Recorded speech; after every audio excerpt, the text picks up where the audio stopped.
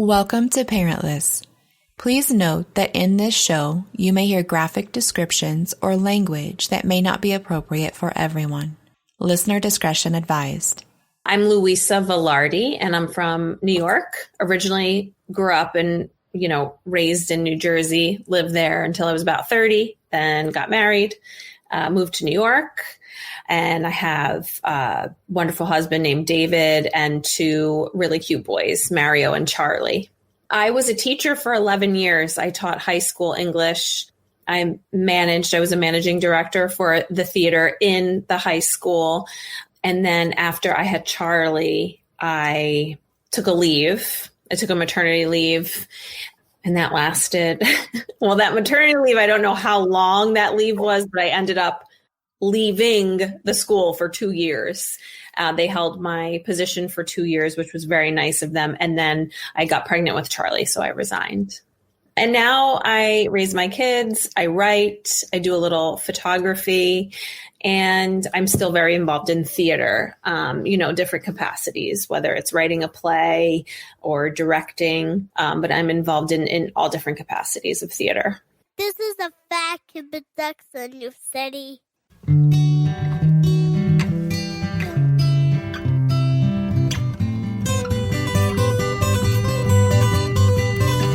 Little oval face that makes me sad comes and goes by. Could wrote the book of Joe instead. Oh, to go now. Heavy eyes, so help me make this bed over and over. Tell me what it takes to make you stay. Welcome to Parentless. Yay. I think I have to start off with an apology. Maybe we kind of connected over Instagram, and I very glibly kind of said, "Oh, well, do you qualify to be a guest on my podcast?" And I guess I need to start doing some research before I start saying things. I guess I don't know why you would have listened to the show or even known about me if you didn't, have a reason to do so. But yeah, so I apologize for that. And I'm so happy to have you here. Thank you. No apologies needed. I feel like we are, the parentless are on our own island. So I'm happy to meet other people that live on the island. For sure. And we always say, we're in this club, so to speak, and we're not, none of us want to be here, but we are. So it definitely is a different level of connection to not have both parents, like you said. Right. Who died for you? Who is your person? So my mom and my dad are both gone. My mom died in 2015 and my dad died in April. Just this April. Okay. Yes. All right. So let's start with your mom. What happened with your mom? So my mom, my mom is so tough to when I have to answer that question, selfishly, I wish I could say something that could be completed in one sentence, Mm-hmm. But my mom was always kind of ill, but every time we would take her to the doctor, nothing was wrong. And really nothing was wrong. They would do tests and MRIs and CAT scans and blood work and, special tests, and nothing was wrong. Everything would come back normal, except for the fact that she always kind of had this cirrhosis of the liver. She was never a drinker, but she just had this liver disease, but not bad enough to be killing her. And then I got married and she, was fine. She was at the wedding. She always had this trembling going on. I had the doctor explore if it could have been Parkinson's, and it was not. So he just said they're called essential tremors, but people have them and it's no reason to be concerned. So we weren't, you trust these doctors. They're supposed to have the answers, right? So anyway, I got married and shortly after got pregnant, and she just started showing signs of what really on the surface looked like dementia, forgetting things. But whatever, you just kind of like accept it. Doctors have told us that she was fine. And then the tremors were getting worse. She was dropping things and she would pick something up and her hand was shaking. It was just bad. And then I had a baby and she came and stayed with me for about a week. And she took care of me and my husband and my child. And she cooked and she cleaned and she did laundry and she took care of me. She helped me take a shower. She did everything that a good mom would do for their daughter having a baby, Mm-hmm. And then my brother called and said, Mom fell at the food store. I'm like, what do you mean she fell at the food store? And she had fallen, in my dad said in the produce section, you never know, the way people retell stories. I don't know. I don't care where she fell, but she fell and she ended up hitting her head.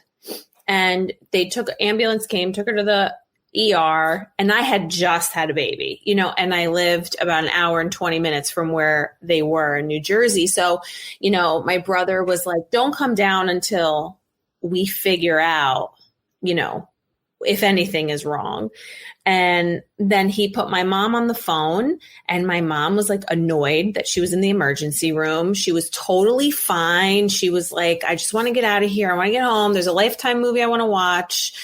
And she was fine. So I felt relieved and I didn't go because I'm like, my baby is so young. I don't want to go into a hospital with the baby. I had to drag Mario with me everywhere because I was nursing. So that was fine. So they ended up letting her go because they did tests and she was fine. So the next morning I drove to New Jersey and I saw my mom and she was fine. And then I went every day. And then probably the third or fourth day, I walked in and she was just like totally messed up, didn't know who anybody was. It was like very worrisome. So I called my brother and he took her to the hospital and she was just out of it. So once again, doctors could not confirm anything. They said sometimes when you fall, there could be some sort of like brain bleed, and the signs don't start showing until days later, all of this stuff. So then she had to go to a rehab center because she lost the ability to really kind of like use her hands and she couldn't walk. She was in rehab center for 3 months, and then they let us know. They said she's not improving, so she can't stay. Did she improve from your point of view, did she improve? Just the same ability to do things, and I would go every day. It took a few days, sporadically to just be home and, breathe. But I was there every day with the baby, or I would, give the baby to whoever could watch him. And I went and every day, and I would go and I'd watch her do physical therapy. And I'm like, oh my God, like, this is just nothing's working, And I knew there's always like insurance, stipulations, or like after 90 days, she just can't stay in a rehab center because she's not improving. And I'm like, okay, all right, well, what the hell do you do with her then? But anyway, as the 90 days were approaching, ironically, my brothers and I think it was a Sunday morning, my brothers and I and my dad, we went to the local diner in our hometown. My dad loved the diner. He loved like eggs and bacon, scrambled eggs and bacon. And we went to talk about like, how are we going to get mom home? She's going to need a wheelchair. My dad had invested in creating a new bathroom on the main floor for her, but it wasn't handicap accessible. So we had like that obstacle. Anyway, so we met to kind of logistically work out how she was going to come home. So then I went to the rehab center. We all went to the rehab center, but I was the first one there. And I walked in and I said, oh my God. I'm like, I just had this feeling. It hit me like a ton of bricks. And I said, my mom, I said it in my own head. I said, my mom looks awful. Like she just looked 100% more awful than the day before, And I called the nurse in and, they probably, I don't judge nurses or doctors for the way that they act, because I think they probably deal with maniac family members all the time, So I remember being panicked, and I said, to the nurse, my mom is like not looking right. And she's like, okay, let me go pull her file. I'm like, okay. But I was like agitated because I'm like, clearly she looks terrible. I don't know what the file is going to tell you, but okay. So she comes back and she's like, okay, your mom has a UTI. And I was like, oh, I just felt so much better because I'm like, okay, she's got a UTI. Yeah, this is why she looks terrible. And then she came back like 2 minutes later and said that she pulled the wrong file and that she didn't know what was wrong with my mom. So I said, you have to call 911. She's like, well, we have a doctor here. I said, no. You're going to call 911 and we're going to get the ambulance here and I'm taking her to the hospital. If you don't call 911, I'm physically taking her myself. So sure enough, called 911, ambulance came, took her to the hospital. And, within a few days, the neurologist came in and said she has days to weeks to live. And they believed that she had something called prion disease. And, it's tricky. This is where it gets really tricky with my mom. So they said prion disease is something that can be confirmed with a brain biopsy, but she could die on the table. So I said, okay, well, she's not going to get the brain biopsy then. Like, I'm sorry, but I'm not going to have my mother, who's lived her whole life working so hard to die on like a table, having part of her brain cut out. Like that's not how she wants to die, And then he said, okay, his best guess based on a spinal tap and all the other tests that they ran was prion. So of course you Google prion and it's a death sentence. None of us had heard of prion disease. None of us had heard of prion disease. In fact, some of the nurses hadn't even really been familiar with prion disease at all. So anyway, I called hospice and I wanted to get her home because I knew she didn't want to die in a hospital. I just knew it. I'm her daughter, I knew it. I'm like, she doesn't want to die in a hospital. She wants to go home. So we called hospice. They got her home. We brought her home and then she died the next day. And we were all with her, me, my brothers, and my dad, and her sister was there actually too. Yeah.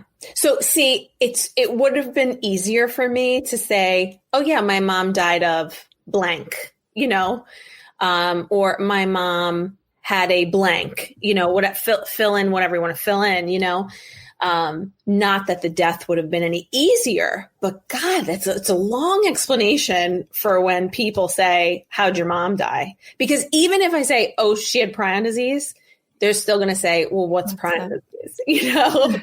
If you say something common, like, oh, he had blank, whatever, something common, then they're like, oh, okay, yeah, well, yeah, my grandmother died of that, or something like that. But this is something so outrageous.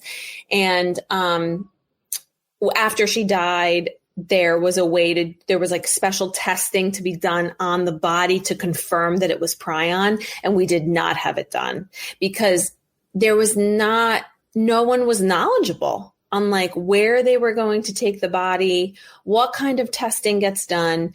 So till this day, I cannot 100% confirm that it was prion, but God, if you Google it, my mother could have been like the poster of every symptom of prion. So, but they told you that you could get this test done, but then nobody had any answers as to what even that test would be. Right. The wording was, they will ship.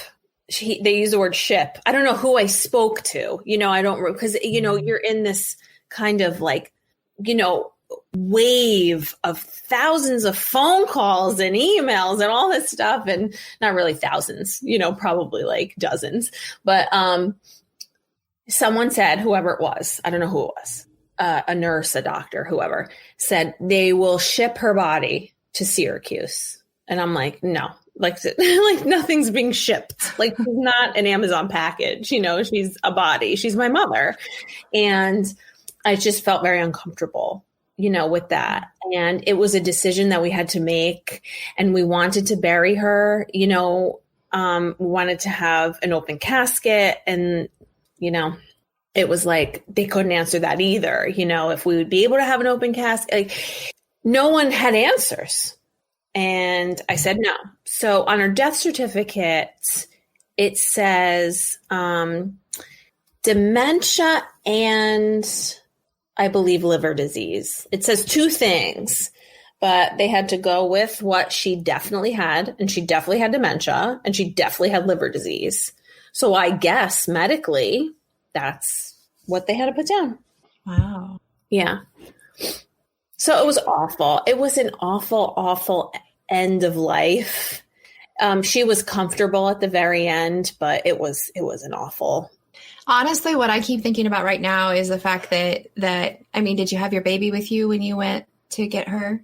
Yes. Yeah. So, you know, you're being a brand new mom, dealing with all of this, going in and having to request an ambulance for your mom. And then for the nurse to tell you she has a UTI, like you probably would have felt, so much relief. And I did. I felt a lot of relief, you just know. Such a roller coaster. And throwing in the fact that you're a new mom on top of that, And, you know, people would say, you know, are you feeling like you have any postpartum depression? And I'm like, my mom died. Like, what? That's a terrible question to ask anyone who just had a baby, period. But to ask them that after they just lost their mom, like, yes, of course I have postpartum depression. I mean, who wouldn't have postpartum depression? I had a baby. I brought life into this world, and then I had to see a life, you know, I had to see a life just diminish in front of my eyes, you know? So it was very, very emotional for me.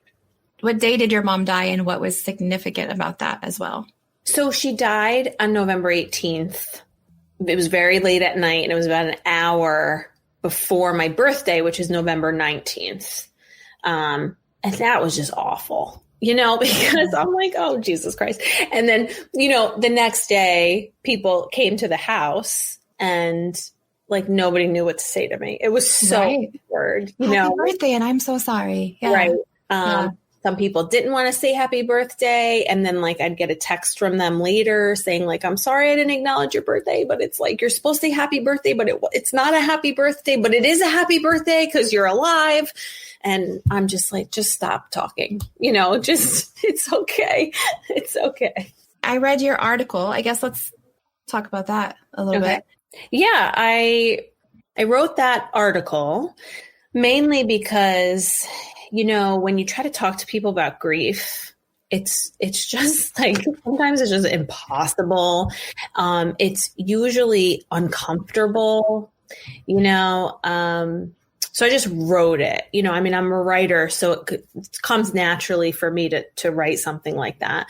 But I had to explain, and I wanted like the world to know that I was grieving, and not because I wanted the world to know that I was grieving, because I wanted people who were grieving to know that there is someone else out there that feels the way that they, you know, feel.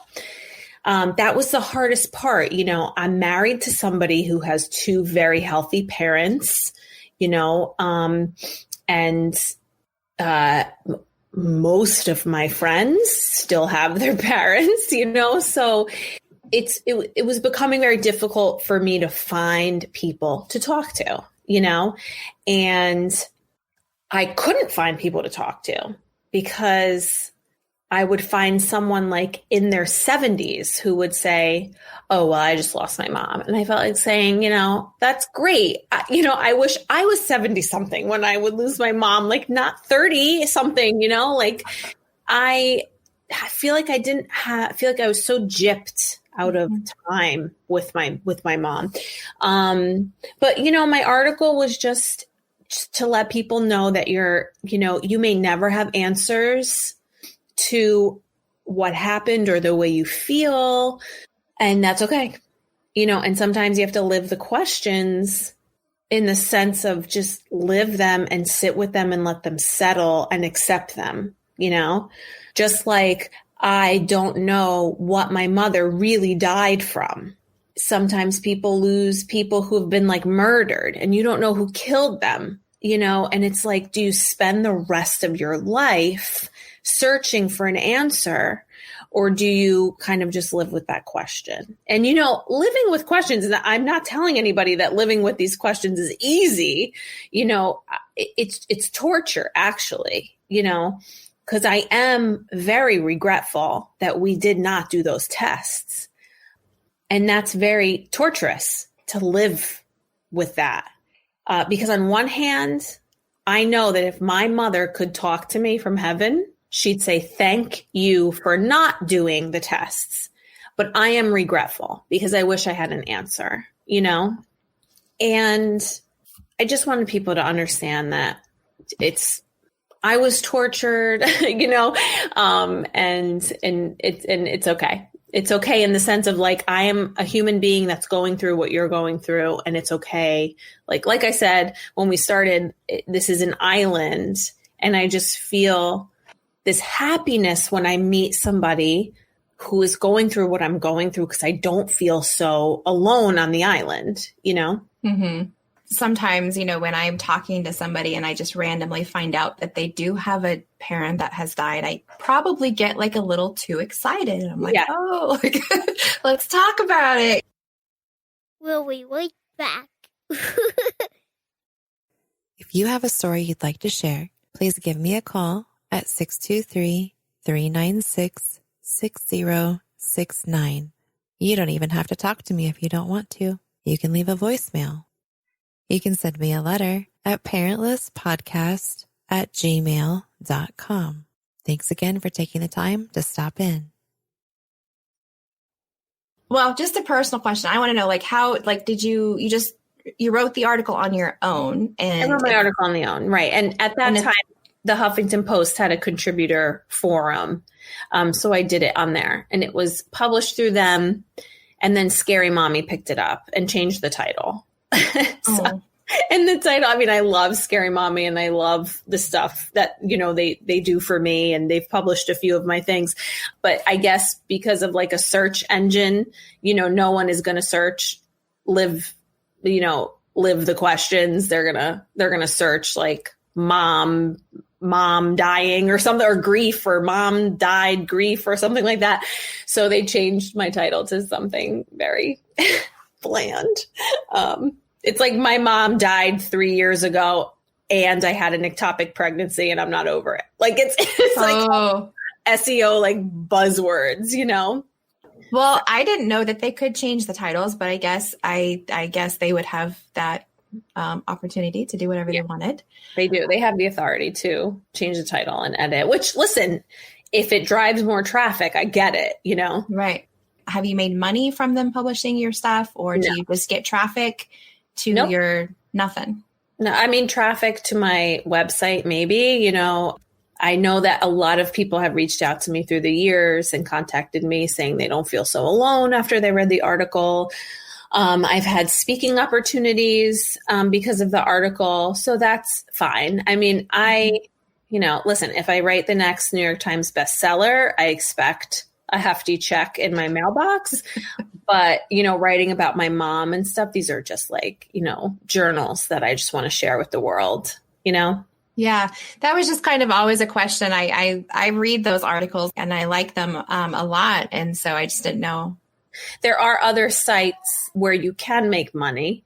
And I encourage people to write for all of them, ones that you can make money for and ones that you can't. Scary Mommy is very reputable, millions of followers and tons of readers. And I just wanted a place where I knew I would have exposure for writing about grief versus, some of these sites, depending on how many people, are on the page, and that's how much money you make. And I'm not really necessarily interested in that right now, Yeah, it was a beautiful article. I definitely loved it. And I really, because your article is so well written, I really, I don't know, struggled is the right word, but I definitely did think about if I wanted you to do a reading or just talk about it. But I think an organic conversation is good too. Sure. So yes.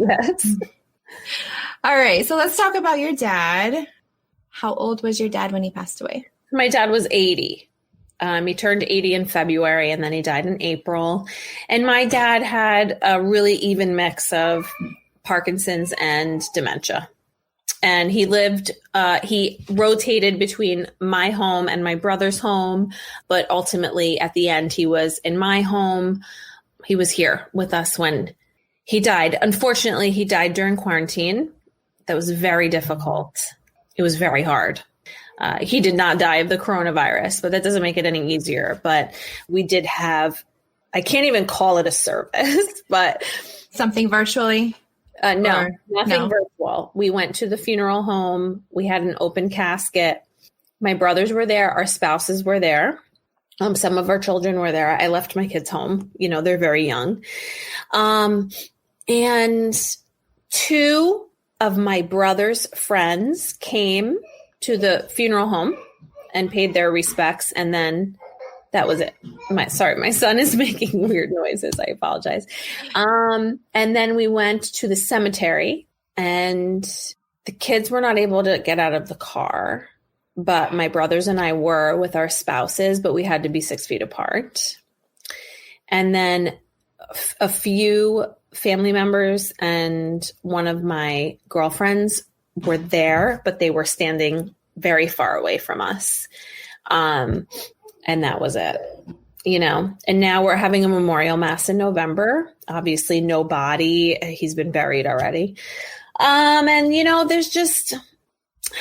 there's no closure with my father's death. It's unfortunate. We weren't able to have a funeral, and that's part. I'm in the same boat as many, many, many other people in this world.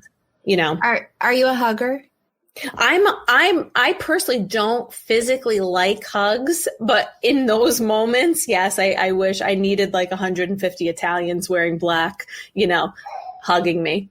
I've heard that being a specific talking point kind of is having that grief, and then you had your friends there, you had a couple people there with you, but like you said, far away from you, and you can't have that. No. And I was, everyone was wearing a mask, and I was crying, and my mask was wet, and I'm like, this is terrible. And then we got back in the car, and my poor husband, I'm like, Dave, go ask the funeral director if we can watch them lower the body. And he just looked at me like I could tell he was like, is that really what you want? But at that point, he probably would have done anything that I asked for, because I just lost my father, So he went and he said, he asked the guy, and I said, okay. And I think I needed to see him go into the ground, because I feel like at the end of a normal funeral, everybody throws a rose on the casket or something, there was nothing, it was just okay, we're done. And that to me is not a funeral. It's not anything. It's not a burial. It's not a funeral. It's nothing. So these workers came shuffling over, and they would lower him. And as you know, it's a process. They can't just press a button and he goes into the ground. So they start lowering him, and they would get they would lower him 2 feet, and then they'd look at me, and I'm like, nope, keep going, keep going. And then they'd lower him more, and then they'd stop and look at me. I'm like, oh, all the way. And I felt bad because there was a line of cars behind me, and I'm just I don't care if I stand here for 10 hours, we were not able to have what my father deserves. So I'm going to see this body go into the ground, Mm-hmm. Now,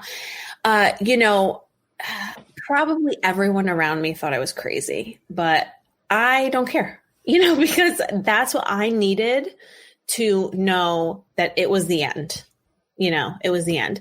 So now we're having this memorial mass in November. I booked it in November because I was like, that's a few months out. Maybe things will change by then. Who knows? I mean, listen, I'm a logical person, and I know in November we're still going to be wearing masks. I know that. I'm not any sort of coronavirus expert, but I'm just a person who thinks logically, and I know we're going to be wearing masks. But yesterday I called the church to confirm details, and my heart was breaking because they said, you can't have any pictures. And I'm like, what? And they said, because people will congregate around the photos. I'm like, okay. And then I said, what about a eulogy? They said, no eulogy, because then you have to use the mic. And I said, okay, well, what if the organist, and I know the organist who's playing the service. I said, well, what if the organist or the singer reads my eulogy because they're already using a mic? And they said, yeah, you can do that. So as of now, I have to hand my eulogy over to someone else to read for me. It's just, I'm in such an angry stage of grief, and this is not making it any better.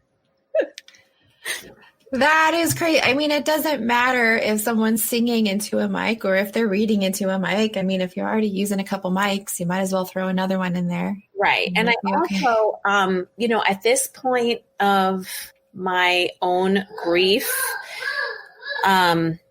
I'm so angry, because you log on to Facebook or Instagram and everyone is very sad about their gyms not opening or restaurants not being open or bowling alleys. And I'm like, I have to have someone else read a eulogy about my dad, I just wish I could just blowhorn that out there, please just listen to me before you're upset that you can't use the rowing machine. Right.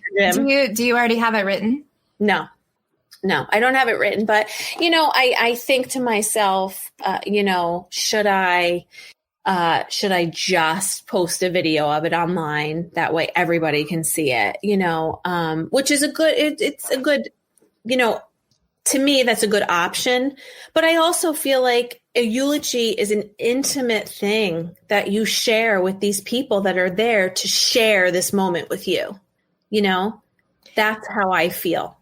So with the pictures, would they not then have like a projection that you could put pictures on? Nothing.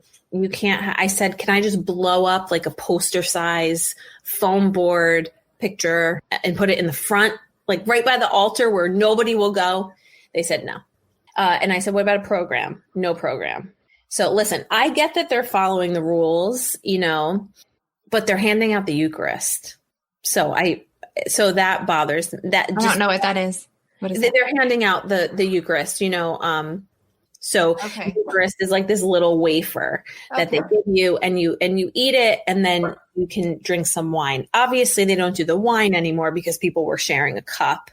But the Eucharist is something that they give you, and you eat it and, Okay. No, yeah. So I've seen that. I didn't know that was the word for it. So yes, it's the Eucharist. Yeah. Okay. Listen, my husband tells me all the time, because we talk about it because I have to, but I have been catapulted into this very angry stage of grief, but because of the status of the world right now, I am more angry than I thought I would be, So I just get a little angry, but I feel like I have the right to be angry. Yeah, you're entitled. 37, no parents, and it's just a very difficult situation. What are your kids? What do they say?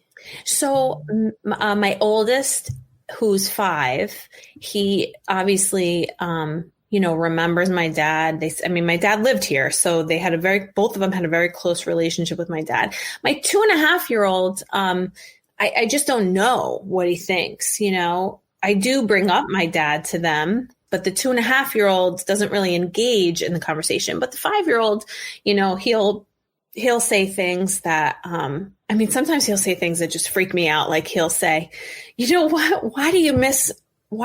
So we called him nonno because that's the word for grandfather in Italian. So he'll say, why do you miss nonno so much? And I'm like, what do you mean? Like he's gone. And he'll say, well, he was just here. And I'm like, oh God. Then I'm like, do you want a snack? Cause I'm like, I don't want to continue with this conversation. Like, I don't know if you saw him or it was like his ghost, but he'll say things like that. Or we went to the cemetery in July because it was my mother's birthday. So we released balloons to heaven and it was like beautiful. And that's what we do every year on our birthday. And my son loves it. He thinks it's so cool. And he'll just, he'll just say the most logical things to me that make me cry. So he'll say, or he said that day, Mommy, if they just had cell phones in heaven, you wouldn't be so sad all the time. And I'm like, oh my God, that's the most logical way to think as a 5-year-old. It's like, but how could you miss someone so much?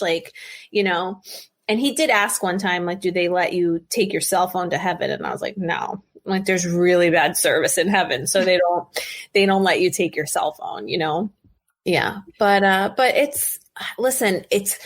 death is something I think is actually very important to talk to your kids about.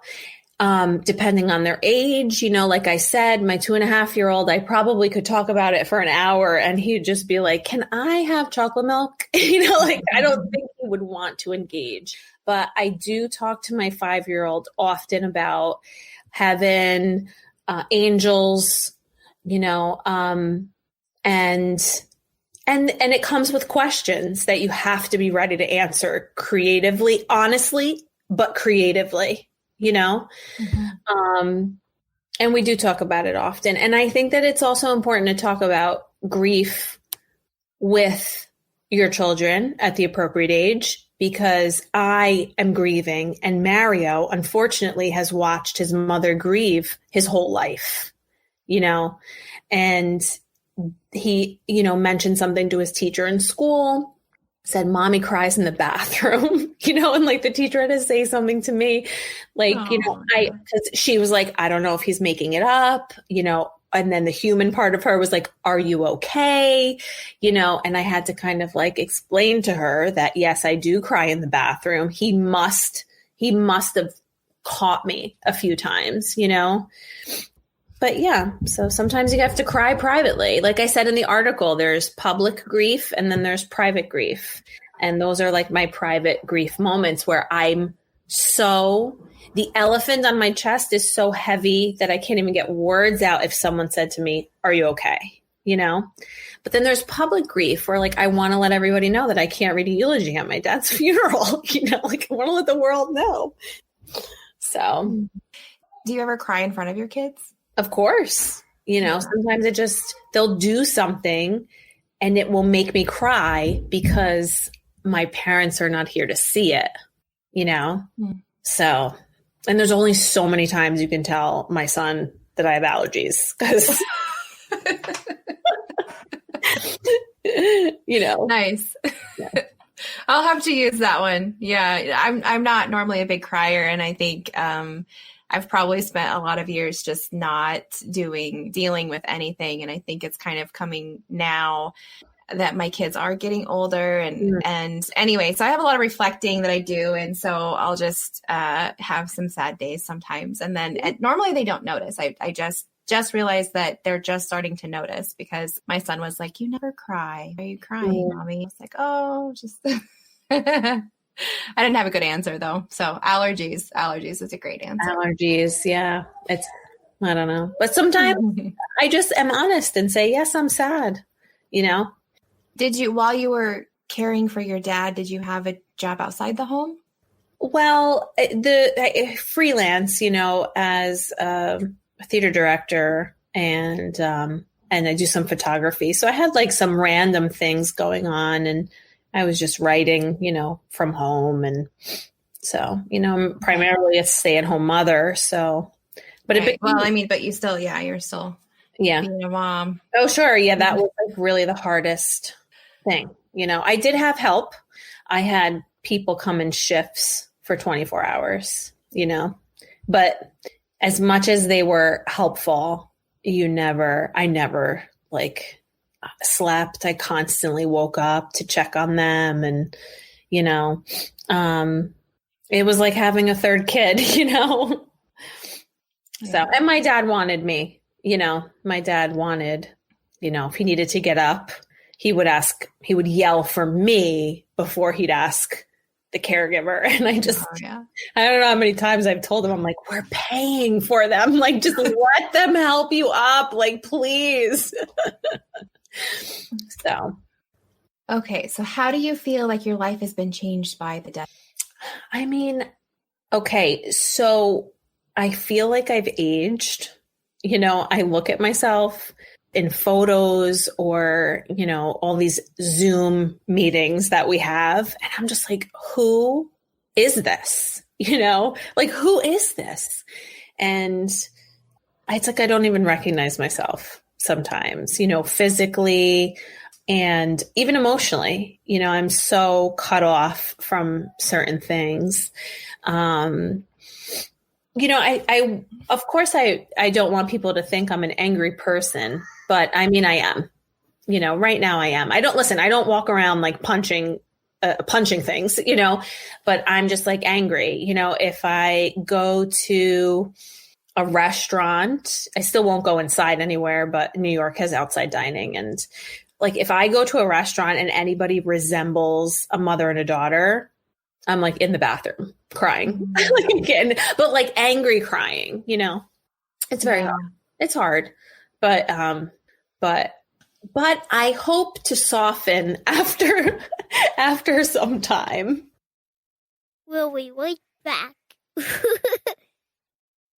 If you have a story you'd like to share, please give me a call at 623-396-6069. You don't even have to talk to me if you don't want to. You can leave a voicemail. You can send me a letter at parentlesspodcast@gmail.com. Thanks again for taking the time to stop in. Well, so you're just 5 years. 5 years in for your mom. Yeah. Yeah, that was the other thing I noticed. My mom's 5-year anniversary was just in the beginning of this month. So I'm so sorry. We're both kind of at that mark. Yeah. And I feel like, I don't know, 5 years is not very long.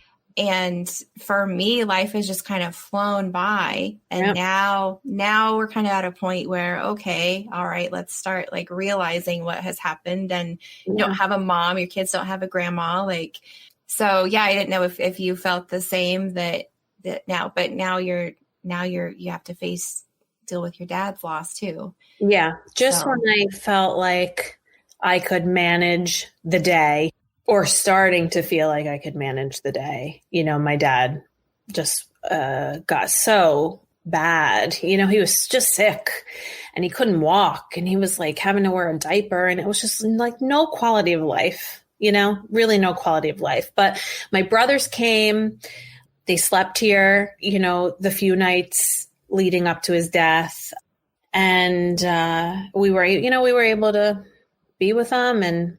But, I have to say, so my father was wearing a diaper, and he had worn diapers for, oh God, I'm going to say the last year, I think, and I had this obsession with keeping them clean, just like a baby, like you don't want a baby sitting in their poop all day, or even for a couple minutes. It's like when I know that my sons have, if one of my kids pooped in their diaper, I would like change it immediately, except for those moments when like they'd hide somewhere to go poop. And then like, I wouldn't know they pooped until I was, I smelled something terrible.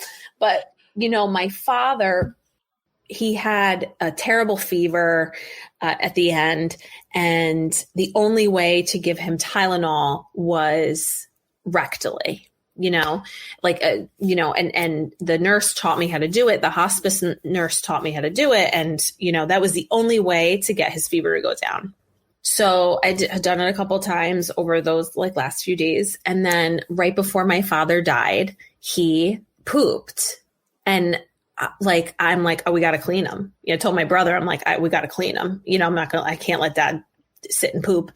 And we turned his body, and I couldn't because I knew I was cleaning him. I said, let me give him Tylenol because he had a fever, so if I'm going to have the diaper off and I'm going to be there anyway, I said, let me give him the Tylenol. So I had to call the nurse because he did just go to the bathroom the Tylenol like wouldn't stay up there. So I'm like, what the heck am I going to do? Like the man has a fever. I don't want him to be uncomfortable. And so I had the nurse on speakerphone. My brother was holding my father, like, kind of like on the side so I could clean him. So I'm cleaning him and I'm trying to get the Tylenol up there. I have the nurse on the phone. She's walking me through it, like what to do if it won't stay up there. Like there was nothing beautiful about this moment at all. It was just gross, but I had to keep my father clean, I had to, because I felt like this poor man has lived his whole life and sacrificed so much. And here he is, he can't walk. He's in a diaper. Let me at least help keep him clean, And that's when he died. He died while I was changing his diaper.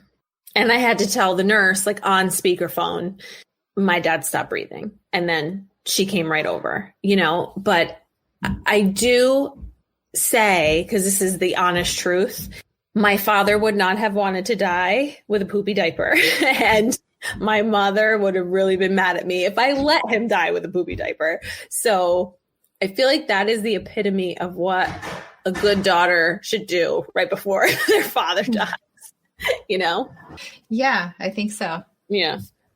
Oh, and you mentioned before how you have kind of resentment to people who have both parents, and with your husband having both of his healthy parents. Do you tell them that you love them? And do you call them mom and dad? I do call them mom and dad.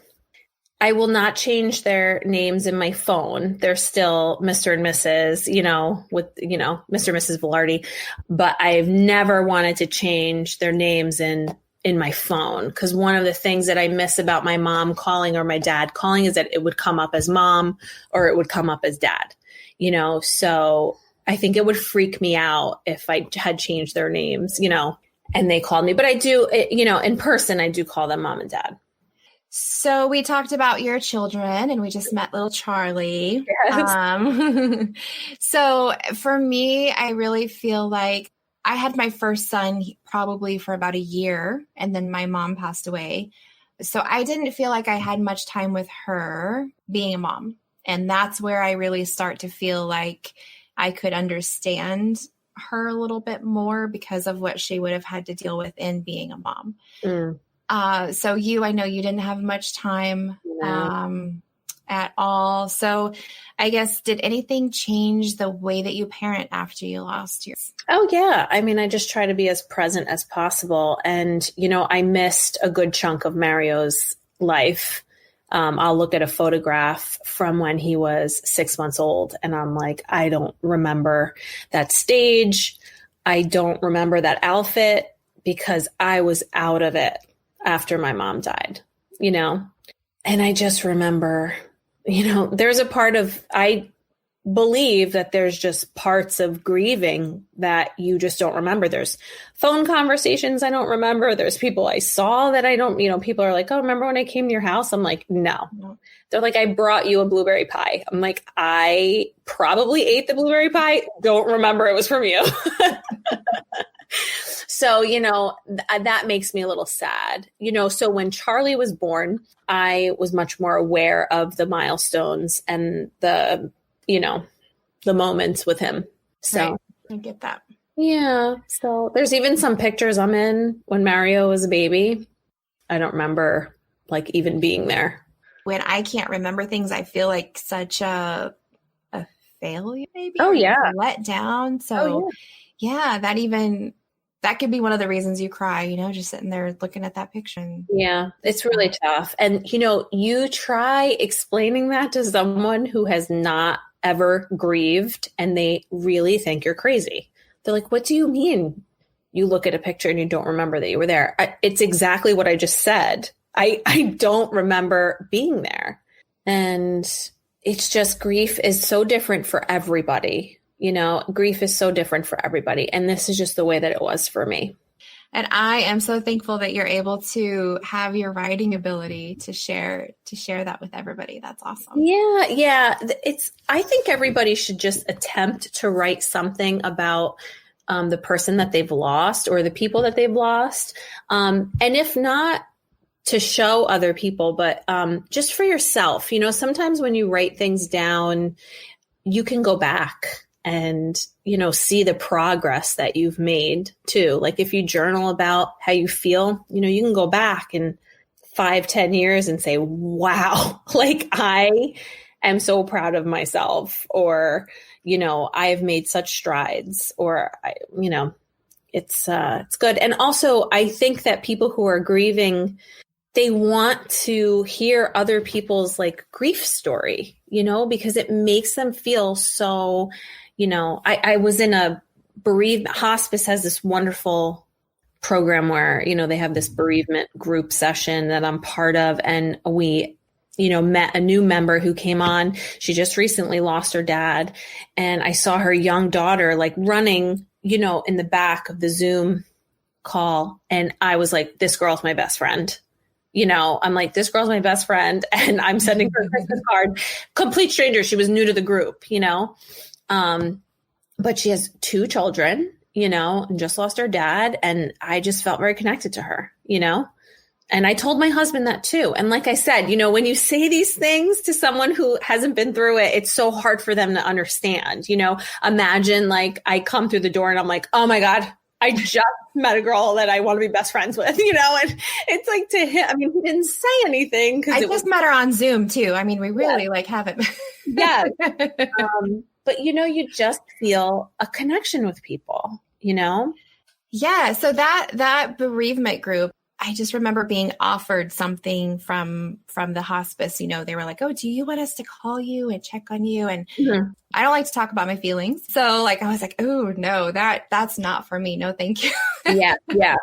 I appreciate when people want to come and talk about their feelings too, because that's still not kind of not, I don't know. I'm working on it. Yeah.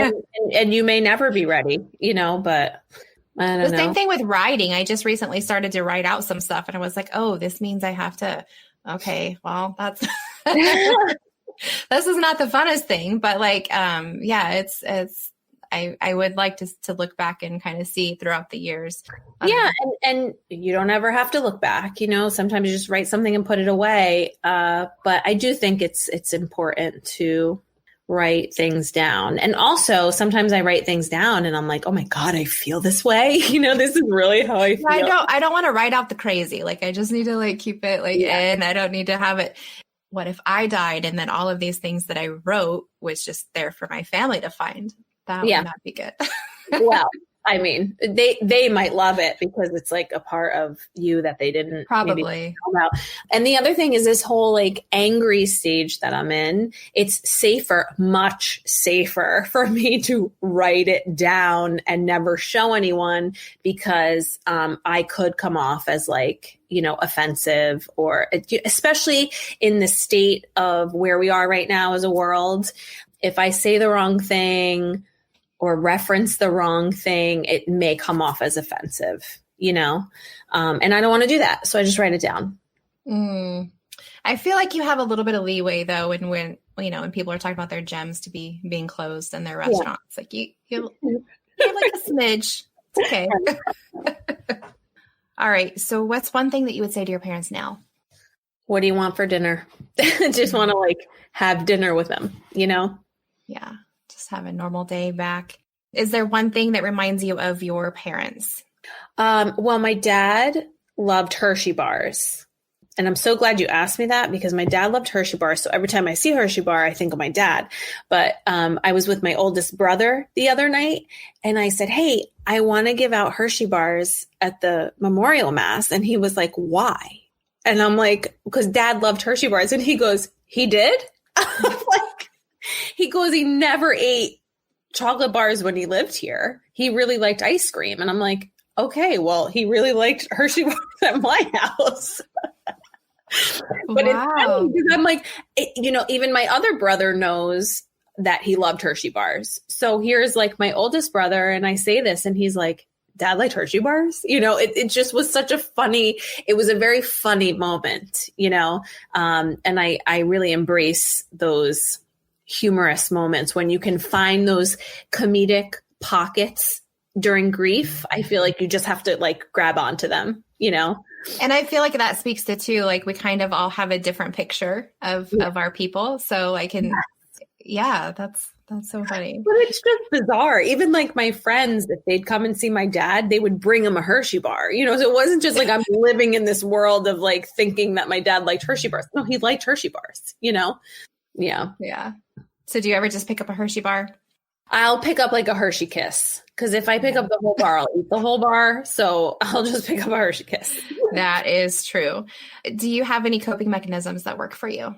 I just write, you know, I write. I have a very good therapist. I also think that that is the key to getting through and managing your grief. And it doesn't necessarily have to be because, for example, if my mother was still alive, I would be able to talk to her about my father's death. I don't have parents, you know, so I don't have that go-to. There's only so much you can burden your spouse with, you know, especially, I mean, if we didn't have children, I'd be talking to my husband every night over wine about how sad I am. But God, you know, you raise a family, it's quarantine. There's only so much you can burden your spouse with. And I use the word burden loosely, mainly because I can't think of another word right now, but I have a very good therapist. And did you just start going to therapy after your mom passed away? Or just recently? Yes. And I had a different therapist at that time, but I also, that therapist was in New Jersey. Now that I've come to New York, you know, I have someone who I really adore, you know. Excellent. So would you recommend that everyone should go to therapy? If God, possible? I would recommend, I'm not going to say that because it's a bold statement to make. I'm going to say that everyone who's grieving should speak to someone they trust. Good answer. Yeah, nice. Because listen, you could talk to 10 therapists and they could all suck. True. You know, they could all be terrible. I met one therapist a couple months ago and he was just trying to sell me his book. And I'm like, no. Yeah, that gives you the sign right there. Okay, one last thing. Would you like to promote your photography, or do you want anybody to reach out to you? If anybody wants to reach out to me, you know, you can go to louisavilardi.com. You know, if they want to read my stuff, that's great. And my photography, I mean, listen, because we're quarantined, I really just take pictures of my kids now. You know, it's hard to like take pictures of other people. But my photography is very important to me because it is a view into like how I see the world. And I love doing photography. It's just a hobby that I really, really love. But yeah, I don't really necessarily have anything to promote. You know, I just want people grieving to reach out to other people who are grieving so no one feels alone. And everybody should follow your podcast and they should follow you on Instagram and just know that we're on the same island. Very good. Well, I don't know how to swim, so I'm glad you're here. All right. Well, thank you so much. This was a really great opportunity. Thanks for stopping in. Bye. Take care. Empty faces covered in cars, spreading fake skin, passing me by. Parentless is recorded in Phoenix, Arizona. Find us on social media and any podcast platform. Music provided by Colin the Coco and the Revolving Birds. Studio provided by FatKid Productions. Check out one of the many shows available on our network. I'm your host, Stephanie Relaford. Thank you for listening to Parentless.